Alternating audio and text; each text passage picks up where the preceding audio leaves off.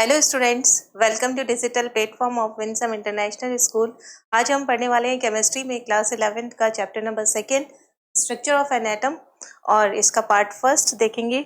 इसमें हम पढ़ेंगे कि जो हमने फर्स्ट चैप्टर में पढ़ लिया है डाल्टन एटॉमिक थ्योरी, और उसके बाद हमने इस केमिकल कॉम्बिनेशन के लॉज देखे।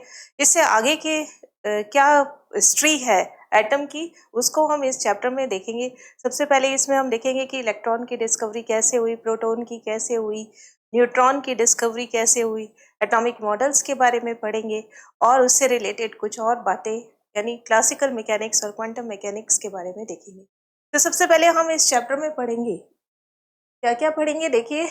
आज के इस सेशन में तो हम पढ़ने वाले हैं डिस्कवरी ऑफ सब एटॉमिक पार्टिकल्स, कौन कौन से होते हैं, electron, discovery of proton and discovery of neutron.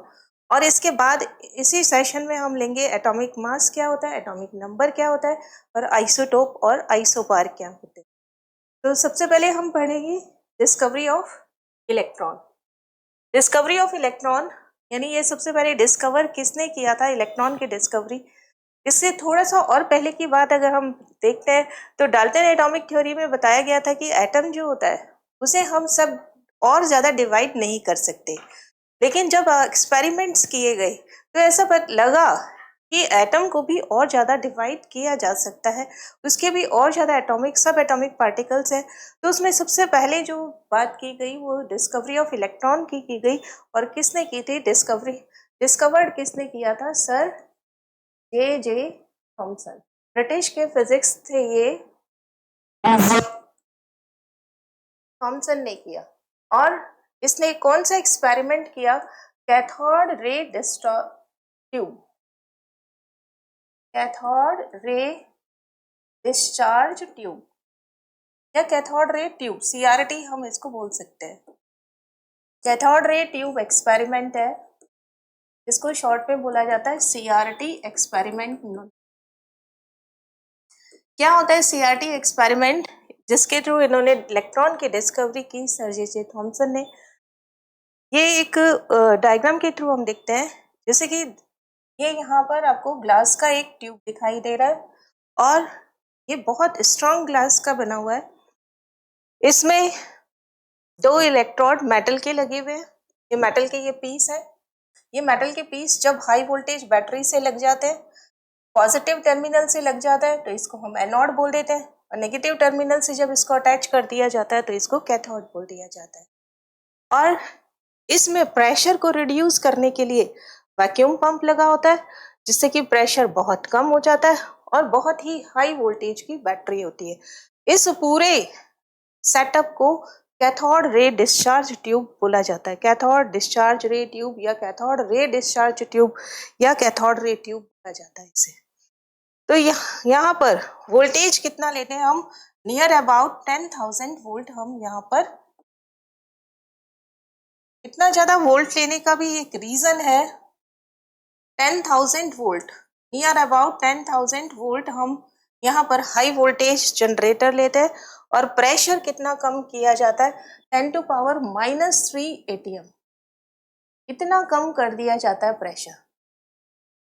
Low pressure और हाई वोल्टेज रखने का रीजन क्या है कि लो प्रेशर का मतलब यहाँ पर एयर कम होगा, पार्टिकल्स कम होंगे, और हाई वोल्टेज का मतलब है कि यहाँ पर वोल्ट बहुत ज्यादा है, तो जो रेज निकल रही है कैथोड टू एनोड, तो वो रेज का एक्सेलरेशन, वो रेज जो है वो तेजी से फटाफट इस फुल स्पीड के साथ, फास्ट स्पीड से किसके पास पहुंच जाए, पॉजिटिव इलेक्ट्रोड के पास पहुंच जाए। इसलिए इन्होंने वोल्टेज क्या किया, बहुत ज्यादा हाई। अब फास्ट से हमें यहाँ पर रेज कहाँ पहुंचानी है, कैथोड से एनोड की तरफ पहुंचानी है। तो इसके बीच में मीडियम कैसा होना चाहिए, एकदम वैक्यूम होना चाहिए, किसी से कोई टक्कर नहीं होनी चाहिए। इसलिए हमने प्रेशर को क्या कर दिया, लो, और लो करने के लिए क्या यूज में लिया है, vacuum pump.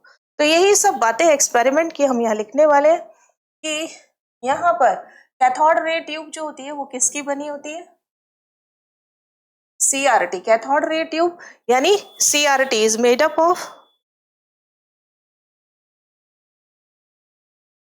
High quality glass, made up of glass लिख देते हैं। और इसमें क्या होता है, it has 2 piece of metals.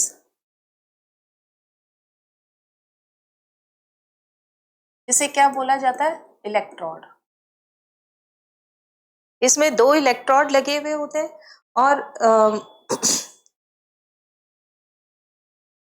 1 electron attached to positive terminal of battery, high voltage battery,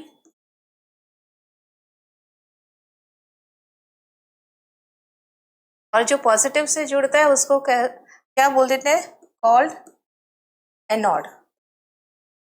and another electrode is attached to negative terminal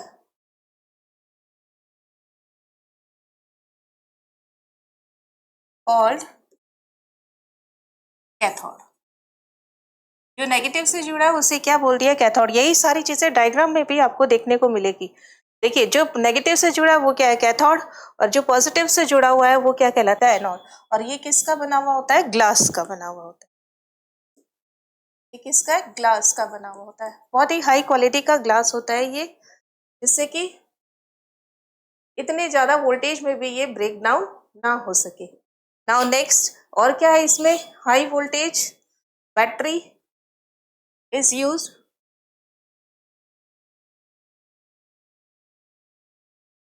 voltage is near about 10,000 volt and pressure is near about 10 to power minus 3 atm, जिसको बोलते हैं 1/1000 atm। हमारे आसपास surrounding में कितना pressure होता है, 1 atm। लेकिन जब हम यहाँ पे CRT की बात करते हैं तो प्रेशर कितना है, बहुत ही कम है ना। यानी प्रेशर कैसा है, वेरी लो। लो नहीं है, वेरी लो प्रेशर है। जरूरी नहीं है इसमें आप ये याद रखिए कि कितना है, लेकिन पता होना चाहिए। और वोल्टेज क्या है, वेरी हाई वोल्टेज है, very high voltage.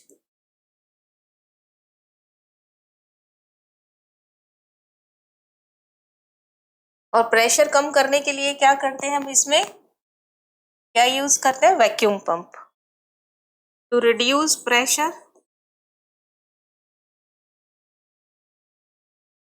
Use vacuum pump. ये तो सारा क्या हो गया, इसका एक्सपेरिमेंट का सेटअप कैसे है। CRT ग्लास की बनी हुई है, 2 पीस ऑफ मेटल है, इसमें 1 इलेक्ट्रोड जो है यानी मेटल जो है का पीस है वो क्या होगा, पॉजिटिव टर्मिनल की तरह बिहेव करता है, पॉजिटिव टर्मिनल से अटैच होता है, एनोड की तरह बिहेव करेगा। और नेगेटिव टर्मिनल से जो होता है वो कैथोड की तरह होगा, वोल्टेज 10,000 होगा, प्रेशर बहुत कम होगा, और वैक्यूम पंप का यूज किया जाता है। ये इसका डायग्राम हो गया। Now cathode rays start from cathode to anode. देख लेते हैं दोबारा से, कैथोड टू एनोड, यानी कुछ रेज निकलती है। अगर आप इसको देखें डायग्राम को, जब हम इतना ज्यादा वोल्टेज और रखते हैं तो एनोड से, ये कैथोड से एनोड की तरफ कुछ रेज निकल रही हैं। इन्हीं रेज को नाम क्या दे दिया है, जो बहुत छोटे छोटे पार्टिकल से मिलकर के बनी होती है, इन्हीं रेज को क्या नाम दे देते हैं यहाँ पर, कैथोड रेज। ये रेज क्या कहलाती है, कैथोड। कहाँ से कहाँ की तरफ ट्रेवल कर रही है, कैथोड टू एनोड की तरफ ट्रेवल कर रही है। आपको कैसे पता चलेगा कि ये कैथोड से एनोड की तरफ मूव करती है, या जो कैथोड रेज है वो कैथोड से स्टार्ट होती है और एनोड की तरफ मूव करती है, उसके लिए ये एक्सपेरिमेंट किया गया। Cathode rays negatively charge particles की बनी होती है, जैसा कि यहाँ पे दिखाया भी गया है। सेम ट्यूब है, बस इन्होंने क्या किया, एक्सपेरिमेंट को प्रूव करना है कि हमें कैथोड से एनोड की तरफ कुछ रेज निकल रही हैं, इसलिए इन्होंने क्या किया, परफोरेटेड एनोड लिया, यानी इस एनोड में ऐसे होल कर दिए, बहुत माइन्यूट से होल कर दिए, और इस एनोड के पीछे की तरफ एक फ्लोरेसेंट मटेरियल का, ये फ्लोरेसेंट या फास्फोरेसेंट मटेरियल, ये फॉस्फोरेसेंट मटेरियल का एक पेस्ट लगा दिया गया, कोटिंग कर दी गई ग्लास पे, इस पे कोटिंग कर दी गई फ्लोरेसेंट मटेरियल की। जब बहुत ज्यादा हाई वोल्टेज अप्लाई किया गया एट लो प्रेशर पर, तो कुछ रेज जो थी वो किसकी तरफ ट्रेवल कर रही है, कैथोड से एनोड की तरफ ट्रेवल कर रही है। और यहाँ पे कैथोड एनोड कैसा है, परफोरेटेड है, मीन्स छोटे छोटे होल्स हैं इसके अंदर, परफोरेटेड एनोड है। और जब इस एनोड से ये रेज पास होती है और स्ट्राइक करती है किसके ऊपर, इस फ्लोरेसेंट मटेरियल, किसका बना होता है, जेडएनएस का, और वो जेडएनएस ग्लो करता है। कैसे ग्लो करता है, जैसे कि आपके रोड के कॉर्नर्स के ऊपर येलो कलर या रेड कलर के पेंट लगा हुआ होता है, जैसे ही आपकी बाइक की लाइट या किसी भी व्हीकल की लाइट उसके ऊपर जाती है तो वो ग्लो करता है, लाइट बंद होगी तो उसका ग्लो होना भी बंद हो जाएगा। सिमिलरली यहाँ पे भी परफोरेटेड है एनोड, कैसा है, परफोरेटेड एनोड है, लिख देते हैं यहाँ पे, परफोरेटेड एनोड है। परफोरेटेड का मतलब यहाँ पे छोटे छोटे होल्स कर दिए गए हैं, ये माइन्यूट होल्स हैं और इनमें से पास हुआ तो यहाँ पे फ्लोरेसेंट मटेरियल है तो ये ग्रीन कलर का ग्लो हुआ, फॉस्फोरेसेंट मटेरियल है वो क्या करेगा, ग्लो। और ये कौन सा होता है, जेडएनएस। इससे क्या प्रूव हुआ कि रेज कहाँ से निकल रही है, कैथोड से एनोड की तरफ मूव कर रही है। ये पूरे फीचर ट्यूब्स या कैथोड रे ट्यूब कहाँ पे यूज होती है, जैसे कंप्यूटर का मॉनिटर है उसके अंदर यूज होता है, टीवी है, टीवी का स्क्रीन है, वहां पर इसका, यहाँ पर कैथोड रे ट्यूब ही यूज में ली जाती है। कैसे प्रूव किया है इसको, it is proved bye an experiment,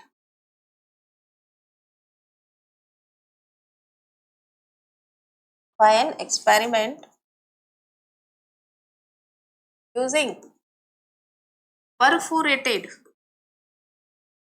anode and in CRT cathode ray tube. It is proved by an experiment using perforated anode in CRT and coating of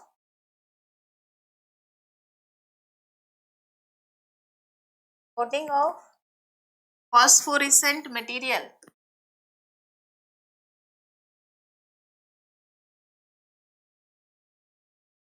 इसका बना हुआ होता है ZnS, zinc sulphide, behind the anode. When cathode rays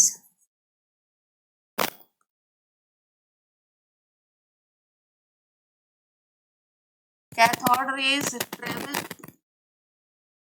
from cathode anode, they pass from anode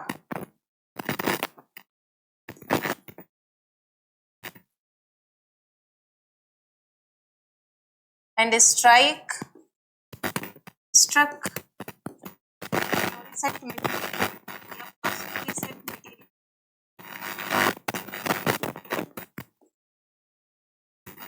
so loads वो क्यों करता है, इसका सबसे बड़ा एग्जाम्पल कौन सा है, एग्जाम्पल टीवी स्क्रीन। इसमें क्या होता है, कैथोड रे ट्यूब भी काम में ली जाती है।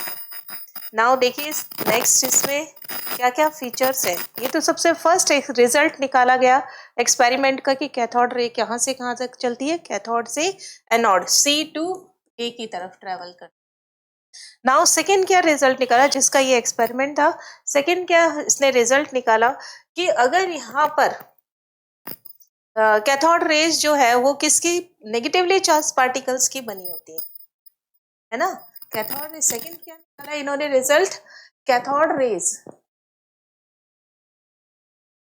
Are made up of negatively charge particle, और इसको क्या बोलते हैं हम? Called electron. इसे क्या बोला जाता है? इलेक्ट्रॉन कहा। Now cathode rays travel in straight line, सीधी चलती है, कहीं मुड़ती नहीं है। In the absence of electric field and magnetic field. Electric field मतलब आप इलेक्ट्रिक फील्ड में नहीं लगाइए और ना ही मैग्नेटिक फील्ड लगाइए। मैग्नेटिक फील्ड तो वो कैसे चलती है? सीधे चलेंगे, स्ट्रेट लाइन में चलेंगे। नाउ नेक्स्ट, अगर आप इलेक्ट्रिक फील्ड लगा देंगे, when electric field applied cathode rays move towards, किसकी तरफ मूव करेंगी? आप देखिए ये कैथोड रेज चल रही है, नेगेटिव नेगेटिव नेगेटिव नेगेटिव, और आपने क्या कर दिया, यहाँ पर पॉजिटिव और यहाँ पर नेगेटिव टर्मिनल लगा दिया। तो नेगेटिव नेगेटिव तो क्या करेंगे, एक दूसरे को रिपेल करेंगे, और ये किसकी तरफ मूव हो जाएंगी? पॉजिटिव प्लेट की तरफ। इसी से ये प्रूव होता है कि ये नेगेटिवली चार्ज पार्टिकल से मिलकर बनी होती। Move towards positively charged plate. It proves, इसे क्या प्रूव होता है?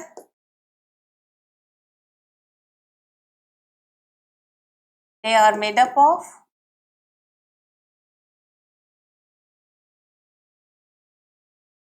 negatively charged particle।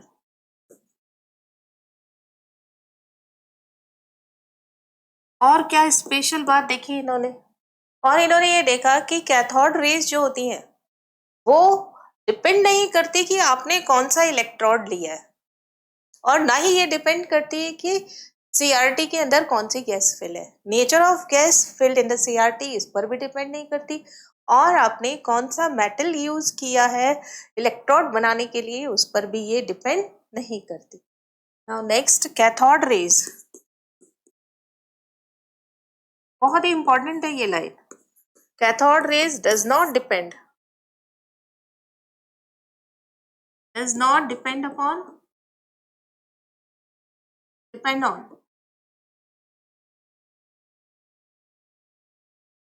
material used for making electrode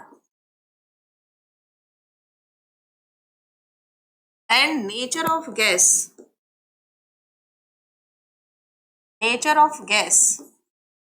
filled in CRT,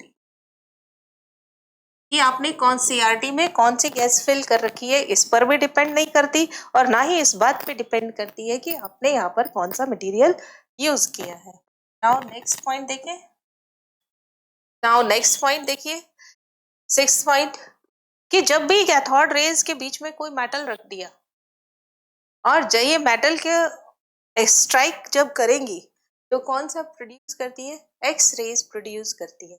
ये वही एक्स रेज है जो हम बोन्स की स्ट्रक्चर जानने के लिए एक्सरे करवाते है ना। When cathode rays struck metal, it produce X-rays। X-rays के बारे में हम इसी में आगे देखेंगे। तो ये सब थी किसके बारे में? जो रिजल्ट निकाले इन्होंने, ये एक्सपेरिमेंट किया इन्होंने, थॉमसन जी ने, सर जे थॉमसन ने सीआरटी लिया, लो प्रेशर किया, हाई वोल्टेज किया, अप्लाई किया, और कुछ रिजल्ट निकाला। क्या क्या रिजल्ट निकाला इन्होंने? कैथोड से एनोड की तरफ क्या चलती है? सीधी चलती है। उनके बीच में रुकावट अगर कर दी है, कोई मेटल डाल दिए, तो वो एक्सरे प्रोड्यूस करेंगी। नेगेटिवली चार्ज पार्टिकल की बनी हुई होती है, पॉजिटिवली चार्ज प्लेट की तरफ मूव कर जाती है, टर्न हो जाती है ये, और डिपेंड नहीं करती कि आपने कौन सा मटेरियल यूज लिया है फॉर मेकिंग इलेक्ट्रोड, और नेचर ऑफ गैस कैसी है field in the CRT। Now इसके बाद इन्होंने charge to mass ratio electron के लिए निकाला, यानी E/me। ये रेशो किन्होंने दिया, किसने दिया? Discovered by sir J Thompson. इन्होंने इतना ज्यादा काम किया, इनको बाद में नोबेल प्राइज भी दिया गया फिजिक्स के फील्ड में for conduction of gas. Now इन्होंने डिटरमाइन कैसे किया, कौन से एक्सपेरिमेंट से इन्होंने डिटरमाइन किया?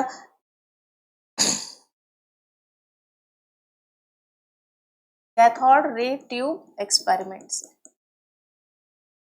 अब ये इसके अंदर क्या एक्सपेरिमेंट था, ये देखिए, ये एक्सपेरिमेंट था। सेम कैथोड रे, इन्होंने इस बार कैथोड रे इस तरीके से यूज लिया। यहाँ पर 2 इलेक्ट्रोड लगा दिए, कैथोड और एनोड। ये हाई वोल्टेज बैटरी कर दी, और ये यहाँ पर क्या कर दिया, वैक्यूम पंप से एयर को इन्होंने हटा लिया, यानी प्रेशर कम कर दिया। कैथोड से एनोड की तरफ रेस जा रही थी, और इस रेस पर इन्होंने देखिए इलेक्ट्रिक फील्ड, ये रहा इलेक्ट्रिक फील्ड, ये पॉजिटिव प्लेट, ये नेगेटिव। इलेक्ट्रिक फील्ड इन्होंने ऐसे लगाया, मैग्नेटिक फील्ड ऐसे लगाया, और बीम ऐसे ट्रेवल कर रही है। ये क्या है? इलेक्ट्रॉन बीम है, इलेक्ट्रॉन बीम है, यानी कैथोड रेज है। ये कैथोड रेज ट्रेवल कर रही है, यहाँ पे ये मैग्नेट है, तो कौन सा फील्ड डेवलप होगा? Magnetic field. और इसके परपेंडिकुलर कौन सा फील्ड डेवलप कर दिया? Electric field. यहाँ पे फ्लोरिसेंट या फास्फोरेसेंट स्क्रीन लगा दी, जो किसकी बनी हुई होती है? ZNS की। अब फर्स्ट टाइम इन्होंने इलेक्ट्रिक फील्ड भी नहीं लगाया और मैग्नेटिक फील्ड भी। इन the absence of electric and magnetic field, electron beam का डिफ्लेक्शन देखा। अब उन्हें इलेक्ट्रॉन बीम कहाँ मिलेगी? बी पॉइंट पर, क्योंकि इससे बिल्कुल भी डेविएशन नहीं होगा। तो यहाँ पर ये क्या मिलेगा? No electric field and no magnetic field. Apply नहीं किया इन्होंने। नेक्स्ट टाइम में इन्होंने क्या किया? इलेक्ट्रिक फील्ड अप्लाई किया, ओनली इलेक्ट्रिक फील्ड, मीन्स ये वाला फील्ड अप्लाई किया, मैग्नेटिक फील्ड अप्लाई नहीं किया। तो जब इन्होंने इलेक्ट्रिक फील्ड अप्लाई किया तो ये किसकी तरफ चला गया?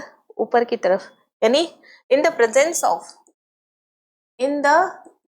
ऑफ इलेक्ट्रिक फील्ड ओनली, और absence of magnetic field. Next C point कब मिला? जब इन्होंने मैग्नेटिक फील्ड लगाया और इलेक्ट्रिक फील्ड को एब्सेंट कर दिया। मीन्स ये एब्सेंट है, ये इलेक्ट्रिक फील्ड नहीं है। मैग्नेटिक फील्ड जब प्रेजेंट होगा तो ये कहाँ पे मिला पॉइंट? यहाँ पर। इलेक्ट्रॉन बीम का डिफ्लेक्शन कहाँ हुआ? सी पॉइंट पे, इन the presence of magnetic field. और जब ये दोनों ही चीजें अप्लाई कर दी जाती है तो जो स्ट्रांग होगा फील्ड, उसकी तरफ ये चला जाएगा। जैसे इलेक्ट्रिक फील्ड स्ट्रांग है तो बी से थोड़ा ऊपर आ जाएगा, अगर मैग्नेटिक फील्ड स्ट्रांग है तो बी से थोड़ा नीचे डिफ्लेक्शन शो करेगा इलेक्ट्रॉन बीम। तो इससे इन्होंने कुछ फील्ड अप्लाई करके, कुछ डाटा मैनिपुलेट करके मैथमेटिकली इन्होंने क्या किया? E/m रेशियो निकाला, और E/m रेशियो कितना आता है वो हम बताते हैं। लेकिन एक्सपेरिमेंट क्या था? डिफ्लेक्शन देखा इन्होंने इलेक्ट्रॉन बीम का इन द प्रेजेंस ऑफ, सबसे पहले इन the absence of electric field and magnetic field, electron beam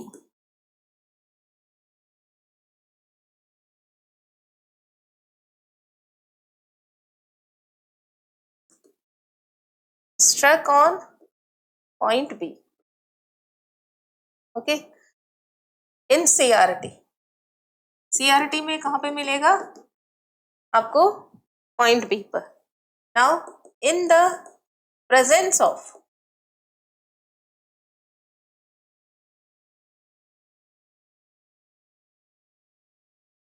electric field, electron beam flow, या सीधा ही लिख देते हैं इलेक्ट्रॉन बीम डिफ्लेक्टेड,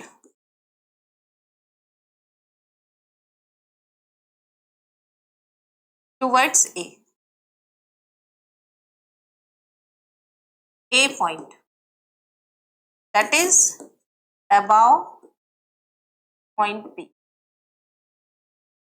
यहां पे क्या हो गया? No deflection.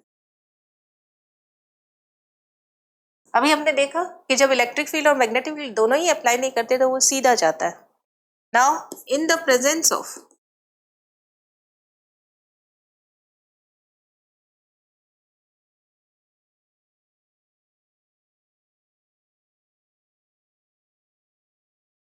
magnetic field, electron beam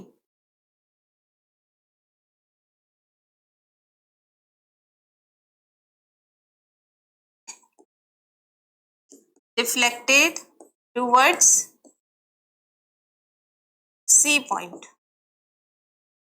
that is below point P.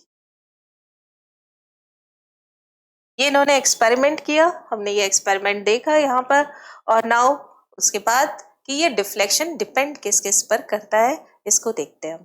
कौन कौन से फैक्टर्स पर डिपेंड करता है? First, the magnitude of negative charge on the particle.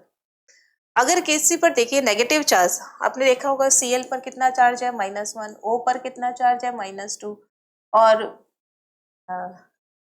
किसी पर N पर कितना चार्ज है -3।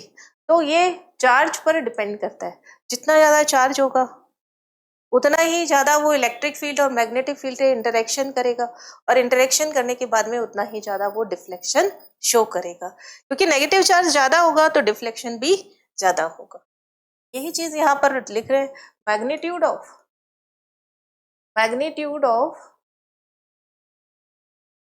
नेगेटिव चार्ज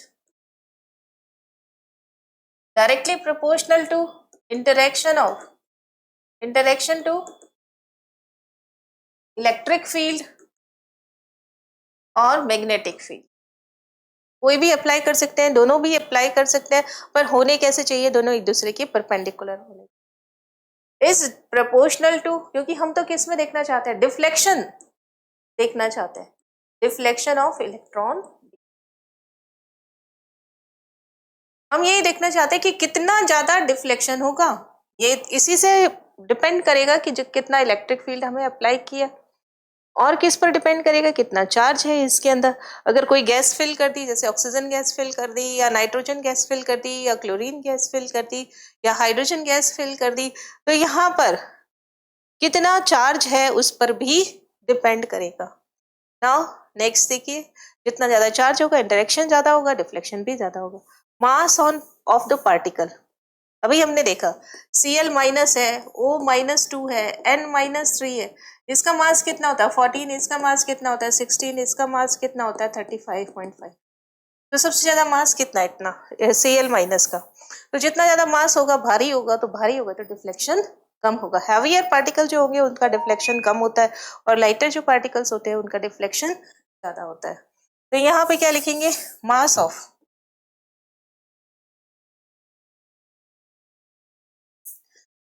क्या है? Particle. Mass of particle, mass जितना ज्यादा होगा proportional to 1 upon deflection of electron beam, उतना ही कम डिफ्लेक्शन होगा। मास ज्यादा डिफ्लेक्शन कम, मास कम डिफ्लेक्शन ज्यादा। यानी लाइटर द पार्टिकल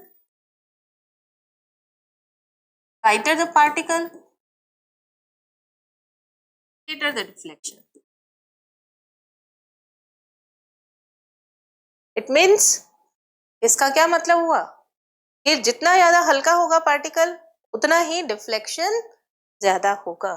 यानी लाइटर द पार्टिकल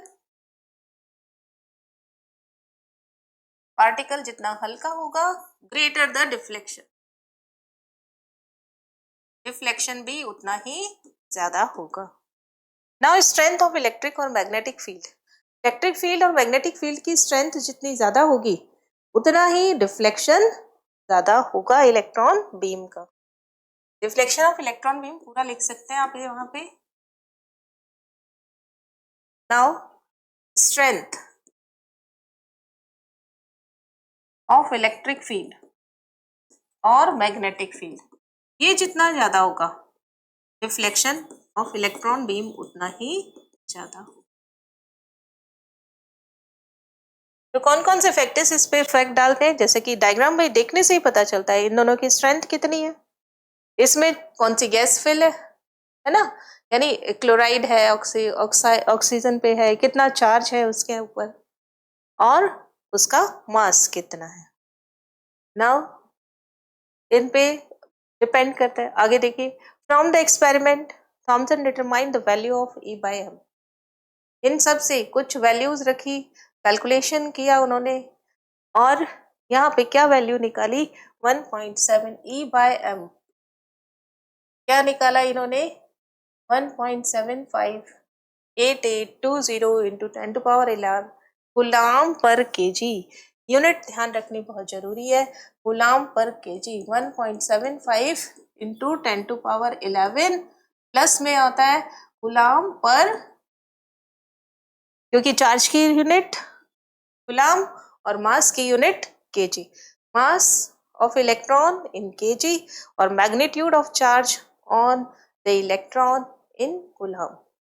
तो ये इस तरीके से यहाँ पर 1.76 जे थॉमसन ने, सर जे थॉमसन ने क्या कैलकुलेट किया, E/m रेशियो कैलकुलेट किया, और ये बताया कि E/m रेशियो, देखिए इलेक्ट्रॉन बीम का डिफ्लेक्शन जो होता है वो एक अलग बात है कि वो मास पे डिपेंड कर रहा है, चार्ज कितना है उस पर डिपेंड कर रहा है, इलेक्ट्रिक फील्ड और मैग्नेटिक फील्ड की स्ट्रेंथ पे डिपेंड कर रहा है, लेकिन इलेक्ट्रॉन का चार्ज चेंज नहीं होता, इलेक्ट्रॉन का मास चेंज नहीं होता है एक इलेक्ट्रॉन का, इसलिए E/m ratio always constant for electron. E/m ratio always constant, मतलब आप CRT में कोई भी गैस फिल कर लो, क्लोरीन कर लो, ब्रोमीन कर लो, आयोडीन कर लो, या O2 कर लो, N2 कर लो, F2 कर लो, कोई भी गैस फिल कर लीजिए, always constant. E/m ratio always constant है ना। m यहाँ पे लिख ही दिया, फिर भी लिख देते फॉर इलेक्ट्रॉन के लिए E/m रेशियो हमेशा कांस्टेंट होता है, इसलिए इसकी वैल्यूज कई बार पूछ ली जाती है। कितनी होती है, 1.76 इंटू 10⁻11 गुलाम पर केजी। ये आपको ध्यान रखना होगा। ये यहाँ तक इन्होंने इलेक्ट्रॉन की डिस्कवरी की, लेकिन अभी तक इलेक्ट्रॉन का चार्ज नहीं निकाला, इलेक्ट्रॉन का मास नहीं निकाला, कैलकुलेट किया। तो चार्ज ऑन इलेक्ट्रॉन हम इसके बाद पढ़ेंगे। तो सबसे पहले आपने देखा कि इलेक्ट्रॉन की डिस्कवरी कैसे हुई, फिर उसके बाद देखा कि इलेक्ट्रॉन का E/m रेशियो कैसे निकाला गया, कैथोड रेज का E/m रेशियो कैसे निकाला गया, और अब देखेंगे कि चार्ज ऑन इलेक्ट्रॉन कैसे निकाला गया। इसकी डिस्कवरी किसने की, इसकी डिस्कवरी की मुलिकन ने किया। किसने किया, मिलिकन। कैसे डिटरमाइन किया, ये देखिए ऑयल ड्रॉप एक्सपेरिमेंट से डिटरमाइन किया गया।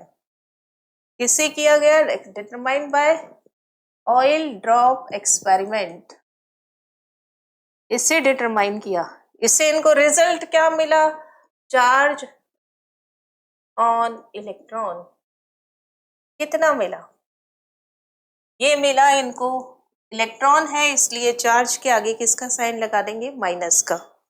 1.6 इंटू 10⁻−19 गुलाम। इतना चार्ज इन्हें इलेक्ट्रॉन पर फाइंड आउट किया अपने एक्सपेरिमेंट से। क्या था इसका एक्सपेरिमेंट, ये देखिए यहाँ पे एक्सपेरिमेंट क्या था, हालांकि आपके सिलेबस में इसकी डिटेल में नहीं है ये, फिर भी डायग्राम दे रखा है, थोड़ा सा इसके बारे में बता रखा है, बस इससे ज्यादा हम नहीं पढ़ेंगे। यहाँ पे इन्होंने, जैसे कि नाम से ही पता चल रहा है, ऑयल ड्रॉप, कोई भी ऑयल लिया, यहाँ एटोमाइजर लगाया हुआ है, मीन्स उसको छोटे छोटे ड्रॉपलेट्स में कन्वर्ट कर दिया। ये आपको यहाँ पे ड्रॉपलेट्स दिखाई दे रहे हैं, ये बहुत सारे ड्रॉपलेट्स है, और इसके बीच में एक प्लेट लगा दी और इस पे एक पिन होल कर दिया।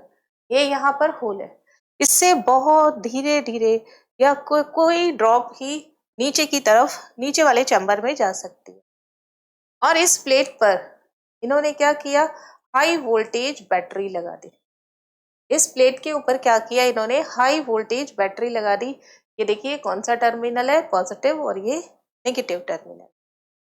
और ये क्या काम करेगा, इस ऑयल ड्रॉप को आयोनाइज करने का काम करेगा। यानी यहाँ पर आयोनाइजेशन चैम्बर है, आयोनाइजिंग रेडिएशंस डालेंगे, और इधर से दूसरी साइड से यहाँ पर एक्स रेज डाली जाएंगी। देखिए चार्ज मेटल प्लेट है, पॉजिटिवली चार्ज प्लेट है, चार्ज ड्रॉपलेट चार्ज हो जाएंगे जैसे ही इसमें से पास होगा। और यहाँ पर एक्स रेज का सोर्स डालते हैं। क्या करते हैं हम, यहाँ से एक्स रेज पास करते हैं, एक्स रेज पास करते हैं, तो दोनों ही देखिए ये पॉजिटिवली चार्ज है, ये नेगेटिवली चार्ज है। तो ये क्या होएगा कि जैसे ही ये चार्ज होगा, ये धीरे धीरे धीरे धीरे नीचे की तरफ आएगा, एकदम नीचे की तरफ नहीं आएगा, क्योंकि अगर चार्ज नहीं करेंगे तो ऑयल ड्रॉपलेट तेजी से नीचे गिरेगी। अगर हमने इस पे चार्ज कर दिया तो नेगेटिव और नेगेटिव क्या करेगा, एक दूसरे को रिपेल करेगा, क्योंकि ये चार्ज कैसा है, पॉजिटिव, ये चार्ज कैसी है, नेगेटिव। तो ये नेगेटिवली चार्ज हो गए। और एक्सरे क्या काम करती है, स्ट्रक्चर, एक्सरेज स्ट्रक्चर मेजर करने का काम, किसी भी कंपाउंड की, किसी भी सॉलिड की, लिक्विड की, बोन्स की या मटेरियल की हमें स्ट्रक्चर मालूम करनी हो तो हम किससे मालूम करते हैं, एक्सरेज से। और ये ड्रॉपलेट्स यहाँ पे ऐसे लटकी हुई रहेंगी नेगेटिवली चार्ज, और लाइट सोर्स से हमें ये नेगेटिव चार्ज दिखाई देंगे। ये देखिए एक्सरेज की यहाँ पर बीम डाली हुई है, और जिससे ये आयनाइज होंगे, और इससे हम चार्ज की कैलकुलेशन कर लेते हैं। और वो चार्ज मिलिकन ने कैसे किया, कि ये तो नहीं है आपके सिलेबस में, लेकिन कितना आया, -1.6 इंटू 10⁻⁻19 कूलम। नाउ अब इन्होंने चार्ज निकाल लिया, और थॉमसन के एक्सपेरिमेंट से क्या हो गया, E/m रेशियो आ गया। तो इन्होंने क्या निकाला, E चार्ज यानी इलेक्ट्रॉन, E फाइंड आउट किया, और M हम फाइंड आउट कर सकते हैं कैसे, E/m, और डिवाइड किससे करते हैं इसको, हमें तो मास चाहिए। इस इलेक्ट्रॉन को E/m रेशियो से फाइंड आउट कर दिया जाए तो मुझे क्या मिल जाता है, mass of electron, E/e to m cancel हो जाएगा, तो मुझे क्या मिल जाएगा, मास ऑफ इलेक्ट्रॉन, जो कितना आएगा, 9.1 इंटू 10⁻31 kg, क्योंकि ये भी कूलम में होता है, ये भी कूलम पर kg में होता है, तो आंसर किस में आ जाएगा, kg में। यही चीज यहाँ पर लिखी हुई है, mass of electron Me was determined by combining these results with Thomson value of E/me ratio। यानी इनका जो रिजल्ट है और इसको कंबाइन कर दिया E/me रेशियो, तो मुझे क्या मिल गया, मास ऑफ इलेक्ट्रॉन इन kg, ये फाइंड आउट हो गया। तो 9.1 इंटू 10⁻31 kg ये आपका एक्सपेरिमेंट हो गया। अब देखिए अभी तक आपने क्या क्या पढ़ा, कैथोड रेज के बारे में पढ़ लिया, कैथोड रेज की प्रॉपर्टीज के बारे में पढ़ लिया, इलेक्ट्रॉन कैथोड रेज का E/m रेशियो देख लिया, क्या एक्सपेरिमेंट किया थॉमसन ने दोनों के लिए ये भी देखा, फिर चार्ज कैसे फाइंड आउट किया मिलिकन ने, और कैसे मास ऑफ इलेक्ट्रॉन फाइंड आउट हुआ। नाउ नेक्स्ट सब एटॉमिक पार्टिकल कौन है, प्रोटॉन, हम पढ़ेंगे डिस्कवरी ऑफ प्रोटॉन। नाउ अब देखते हैं हम इसमें डिस्कवरी ऑफ प्रोटॉन। प्रोटॉन की डिस्कवरी कैसे, किसने की, डिस्कवर्ड बाय E. गोल्डस्टेन।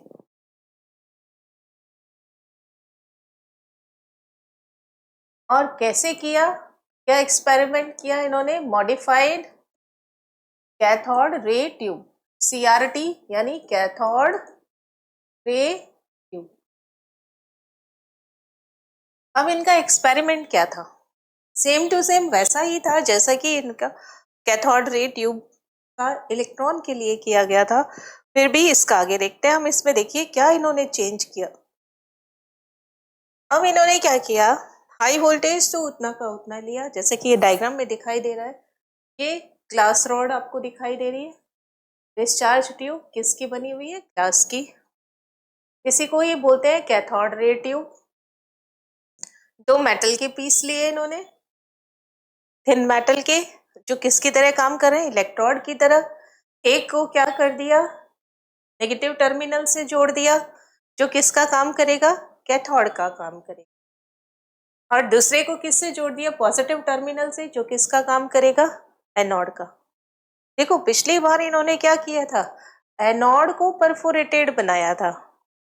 इस बार इन्होंने क्या किया है, कैथोड को परफोरेटेड बनाया है, इसलिए इसका नाम क्या दे दिया, मॉडिफाइड कैथोड रे ट्यूब। और पिछली बार इन्होंने एनोड के बिहाइंड फ्लोरेसेंट मटेरियल या फास्फोरेसेंट मटेरियल का कोट किया था। इस बार इन्होंने कैथोड के बिहाइंड फ्लोरेसेंट मटेरियल या फास्फोरेसेंट मटेरियल का कोट किया है। बस इतना सा ही फर्क है। लो प्रेशर पहले ज्यादा लो किया था, 10⁻⁻3, और इस समय कम करते हैं, थोड़ा सा कम और कर दिया, 1/100 atm इन्होंने प्रेशर यूज किया है। यानी प्रेशर अभी भी लो है, लेकिन कंपैरिजन किया जाए तो इनका इलेक्ट्रॉन के लिए ज्यादा कम किया था, और कैथोड प्रोटॉन के लिए थोड़ा सा उससे ज्यादा प्रेशर होता है, लेकिन अभी भी बहुत ही कम प्रेशर है। सेम एक्सपेरिमेंट, वैक्यूम पंप का यूज किया प्रेशर को कम करने के लिए। तो क्या हुआ, एनोड से कैथोड, इस बार रेज कहां से निकलेंगी, एनोड से कैथोड की तरफ रेज निकल रही है। ये यहां से ऐसे रेज निकल रही है, और इस तरीके से जब रेज निकली, देखिए anode to cathode, anode to cathode rays निकल रही है। तो ये क्या हुआ, कैथोड में से पास हुई, पास हुई तो यहाँ पे कौन सा मटेरियल है, फ्लोरेसेंट या फास्फोरेसेंट मटेरियल है, वो ग्लो करने लगता है। अब ये कोई फर्क नहीं पड़ता रेड ग्लो कर रहा है या येलो ग्लो कर रहा है, वो ग्लो करता है। इट मीन्स यहां से कुछ रेज एनोड से कैथोड की तरफ निकल रही है। तो फिर फर्क क्या हुआ पहले वाले एक्सपेरिमेंट में और इस वाले में। यहाँ पे देखिए, अगर आप इसमें हाइड्रोजन गैस लेते हो तो हाइड्रोजन क्या पहले एटम में कन्वर्ट होगी, हाइड्रोजन, और ये क्या देगा, हाइड्रोजन प्लस और एक इलेक्ट्रॉन। ये इलेक्ट्रॉन तो कैसे मूव करेगा, कैथोड टू एनोड की तरफ, और ये H प्लस कैसे मूव करेगा, एनोड से कैथोड की तरफ। दूसरी बात ये देखिए, अगर यहाँ पर H प्लस आयंस इसके बीच में होंगे तो इलेक्ट्रॉन्स को भी फ्लो होने में कुछ ना कुछ हर्डल होगी, इसलिए उस समय प्रेशर हमने क्या किया, बहुत कम कर दिया। अब एक्सेलरेशन इलेक्ट्रॉन की बजाय किसका रहा, प्रोटॉन का। H प्लस किसकी तरफ मूव कर रहे हैं, एनोड से कैथोड की तरफ। ये आयंस, पॉजिटिवली चार्ज आयंस किसकी तरफ मूव, एनोड टू कैथोड की तरफ मूव कर रहे हैं। इसी को हम बोलते हैं एनोड रेज। एक और नाम भी है इसका, वो है कैनाल रेज। इसी को बोला जाता है कैनाल रेज। अब ये किसकी बनी हुई होती है, पॉजिटिवली चार्ज्ड आयंस की बनी हुई होती है। ओके, नाउ लिखते हैं क्या एक्सपेरिमेंट है। Again modified cathode ray tube, cathode ray tube is made up of glass material. It has two thin metal, जिसे क्या बोलते हैं, electrode. One electrode behave as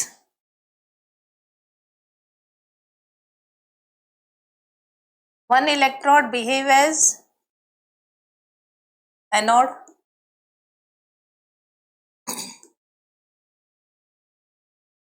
attached with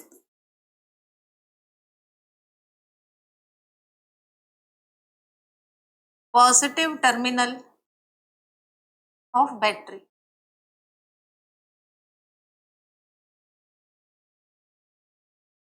Now another electrode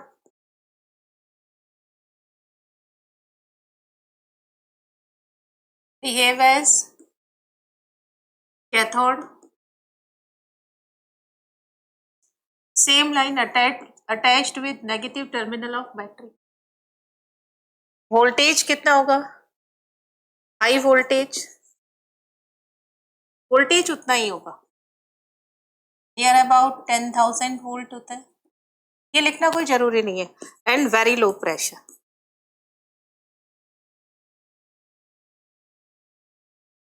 it is maintained by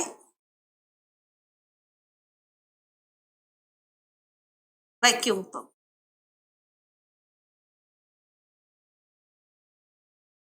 और क्या विशेषता थी इसकी? Perforated cathode is used and fluorescent material is coated behind the cathode.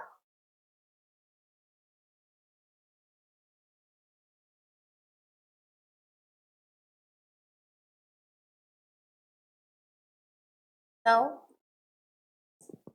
कौन सा पॉइंट है ये? Fourth point. Perforated cathode is used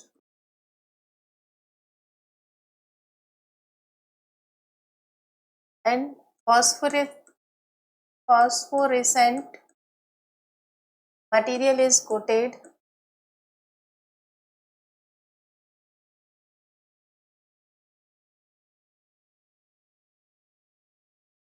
behind cathode.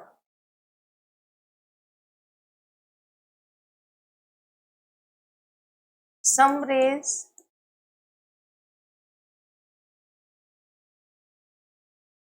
on applying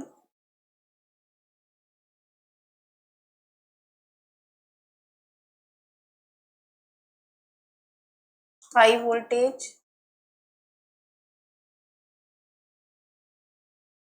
some rays travel from anode to cathode.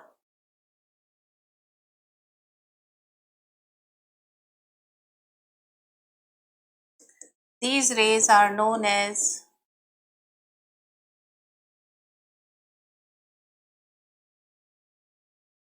Anode rays. जो cathode से चलती है वो cathode rays, जो एनोड से चल रही है वो एनोड रेज या कैनाल रेज और कैनाल रेज. ओके. इसके एक्सपेरिमेंट के बाद इसी रेज को नाम दिया है कैनोड रेज या कैनाल रेज. अब देखिए करेक्टरिस्टिक्स क्या है. पॉजिटिवली चार्ज्ड रेज का करेक्टरिस्टिक क्या है? First, travel from these rays travel from anode to cathode.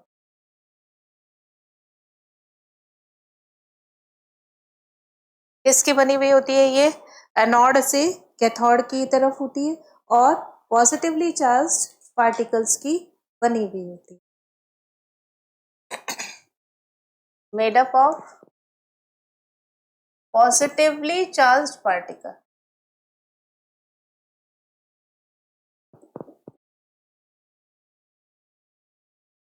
दूसरा, दे मूव टूवर्ड्स. कैसे मूव करेंगी? देखो, मूव टूवर्ड्स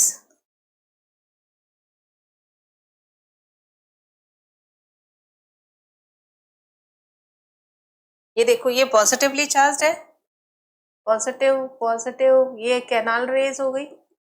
और अगर आप यहाँ पे पॉजिटिव प्लेट और ये नेगेटिव प्लेट लगा दो तो ये किसकी तरफ मूव कर जाती है? Move towards negatively charge plate. Negatively charged plate in electric field. Electric field में ये किसकी तरफ मूव कर जाती है? पॉजिटिवली चार्ज प्लेट की तरफ कर जाती है। Mass of positively charge particle किस पर डिपेंड करता है? Mass of positively charged particle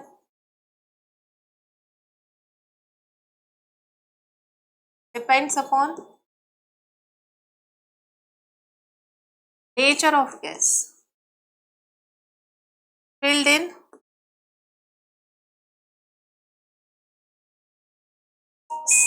modified CRT।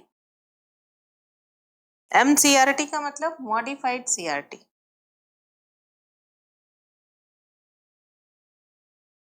Modified cathode ray tube पर डिपेंड करती है। अब देखिए मास कैसे, हाइड्रोजन, हीलियम, लिथियम, बेरिलियम या अल्फा पार्टिकल्स की बात करें तो जिसका मास ज्यादा होगा वो उसका डिफ्लेक्शन जो होगा वो कम होगा, है ना। और यहाँ पर दे आर पॉजिटिवली चार्ज्ड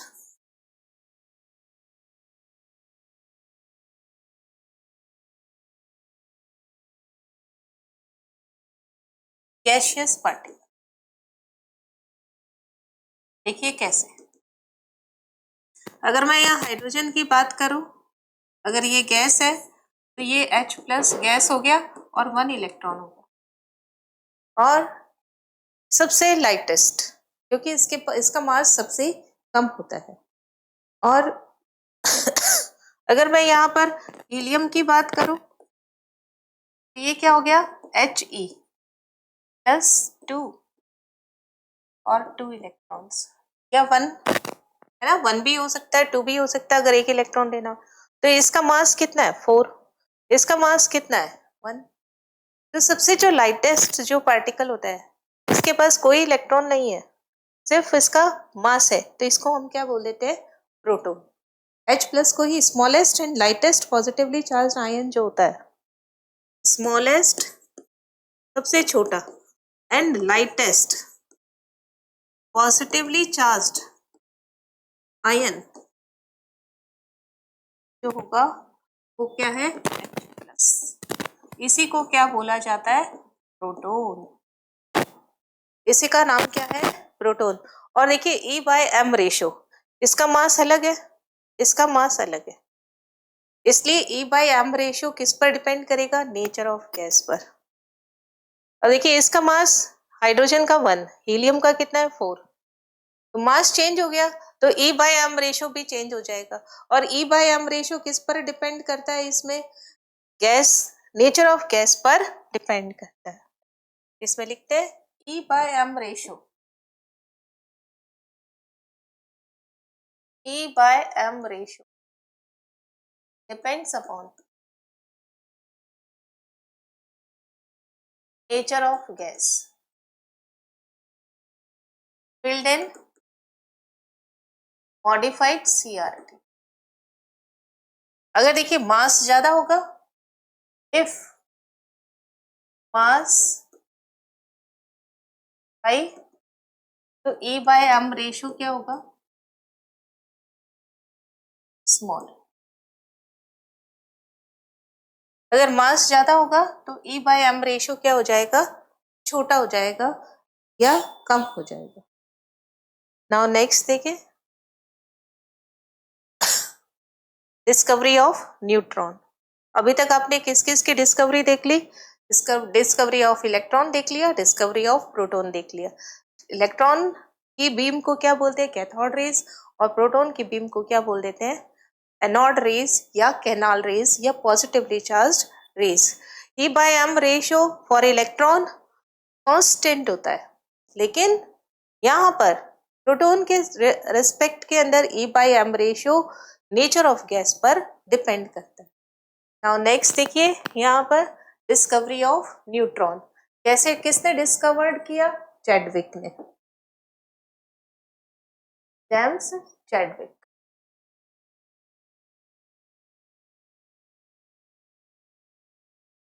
और इन्होंने क्या एक्सपेरिमेंट किया था, बेरिलियम की थिन शीट ली और इस पर अल्फा पार्टिकल्स की बम्बार्डमेंट कराई।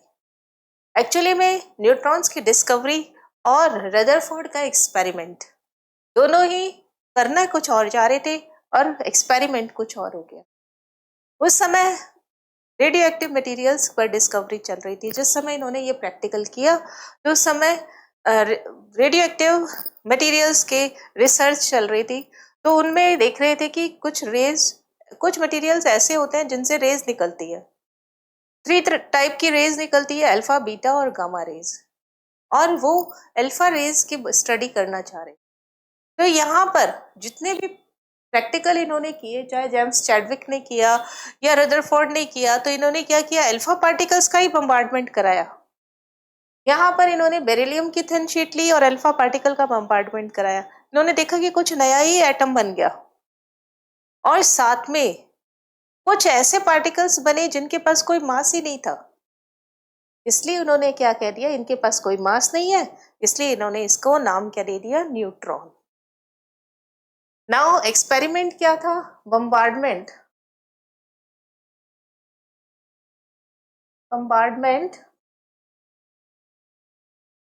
of alpha particles on thin sheet of beryllium। Beryllium की थिन शीट ली और उनको एक्सपेरिमेंट कराया। बेरिलियम कितने नंबर पे आता है, हाइड्रोजन, हीलियम, लिथियम और बेरिलियम 4 नंबर पे आता है। तो ये बेरिलियम क्या हो गया, इसका एटॉमिक नंबर 4 हो गया और इसका मास कितना होता है, 9। कंपार्टमेंट किसकी कराई, अल्फा पार्टिकल। अल्फा पार्टिकल्स क्या होते हैं, 2He4, यानी He+2 आयंस जो होते हैं ये अल्फा पार्टिकल्स होते हैं। और इसको किसने बताया था, रदरफोर्ड ने। ये कैसे होते हैं, पॉजिटिवली चार्ज पार्टिकल्स होते हैं और इन्होंने कंबाइन किया, इसे कंपार्टमेंट कराई। तो इन्होंने क्या देखा कि कुछ नया ही कंपाउंड बन गया, ये दोनों मिक्स हो गए, 6 बन गया। 4 और 2 कितना हो गया, 6 C, और ये क्या हो गया, 12। अब यहां पर एटॉमिक नंबर तो इसके पास कुछ नहीं है, ये N, और यहाँ पे 9 और 4 कितने होते हैं, 10, 11, 12, 13, लेकिन यहाँ पे कितना है, 12, 0 and 1। तो इस पार्टिकल को इन्होंने क्या नाम दिया, न्यूट्रॉन।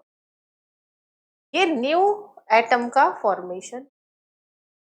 अब देखिए केमिकल कॉम्बिनेशन में जब डाल्टन साहब ने बताया था, क्या बताया था डाल्टन ने, कि हम एटम को नहीं बना सकते,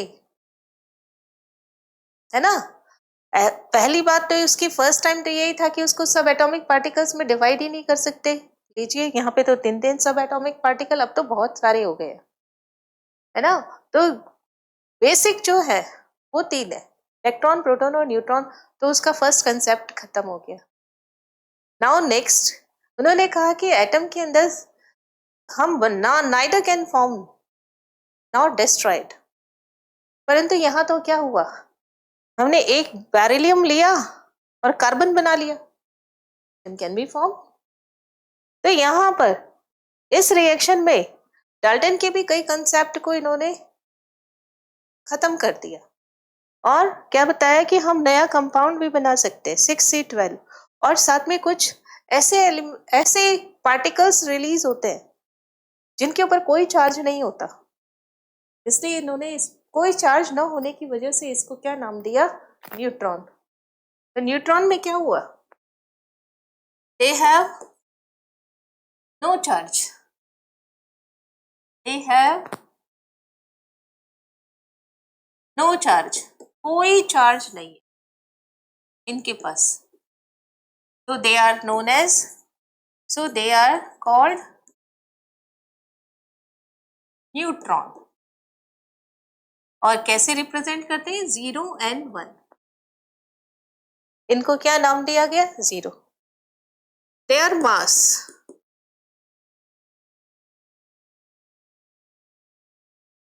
is near about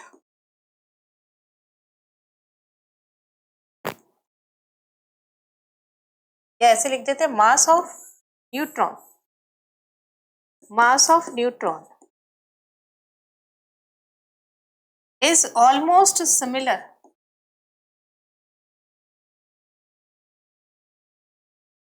to mass of proton.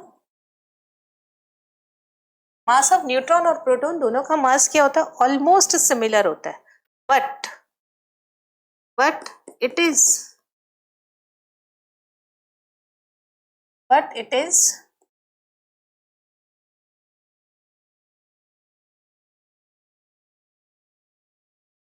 heavier than, slightly heavier लिख देते हैं, इट इज स्लाइटली, थोड़ा सा